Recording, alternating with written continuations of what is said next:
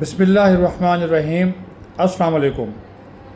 یہ عجیب بات ہے کہ مسلم لیگ نون کے دو سینیٹرز ڈپٹی چیئرمین سید آل ناصر اور سینیٹر ناصر بٹ، یہ فیڈرل بورڈ آف ریونیو کے جو سابق چیئرمین تھے شبر زیدی، یہ ان سے ہی کیوں ان 104 اضافی فیملی سوٹس کا فورینزک آڈٹ کروانا چاہتے ہیں جو کہ تکمیل کے بالکل قریب ہے؟ صرف شبر زیدی ہی سے کیوں مطالبہ کیا جا رہا ہے؟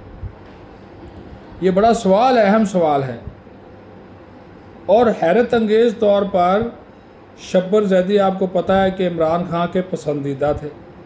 عمران خان کے دور میں عمران خان نے انہیں چیئرمین ایف بی آر لگایا۔ وہ بڑے الٹے سیدھے مشورے بھی دیتے تھے، اور اس کے بعد وہ پھر ایف بی آر چھوڑ کے چلے گئے۔ عمران خان اس کو بلاتا رہا، وہ نہیں گئے، اور آج کل وہ عمران خان کی جو اس وقت کی قیادت تھی یا حکومت تھی اس میں مسلسل کیڑے بھی نکالتا ہے۔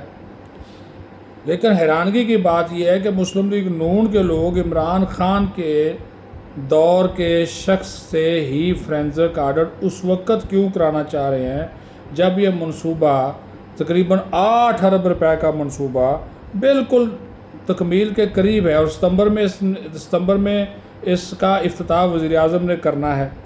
آج اسپیکر قومی اسمبلی سردار یاس صادق صاحب سے جب میڈیا سے ہم وہ گفتگو کر رہے تھے تو ان سے میں نے یہ سوال بھی کیا کہ کوئی رکاوٹ اگر اس میں کوئی کریٹ کر رہا ہے کہ ایک 13 سال سے منصوبہ زیر التواء ہے، تو یہ اب اس میں اچانک رکاوٹیں کیوں کھڑی کی جا رہی؟ تو انہوں نے کہا جی میں بالکل کسی قسم کی کوئی رکاوٹ برداشت نہیں کروں گا۔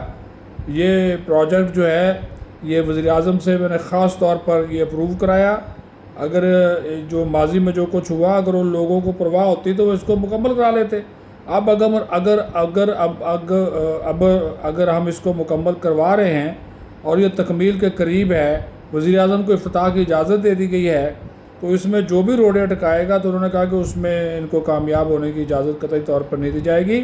یہ بالکل اب انہوں نے کہا صاف اور شفاف طریقے سے یہ پروجیکٹ جو ہے وہ مکمل ہوا ہے، اور اگر کسی کو اس کے اوپر کوئی اعتراض ہے تو وہ بعد میں جو ہے وہ اس کا کر سکتا ہے۔ سارا کچھ ہم نے تو شفاف طریقے سے اس کا بالکل کیا ہے، لیکن اب اگر یہ 50 اراکین پارلیمنٹ کو سرکاری رہائش گاہیں میسر نہیں ہے، تو اگر ہم ان کے فائدے کے لیے کام کر رہے ہیں تو اس کو ہر حال میں مکمل جو ہے وہ کیا جائے گا۔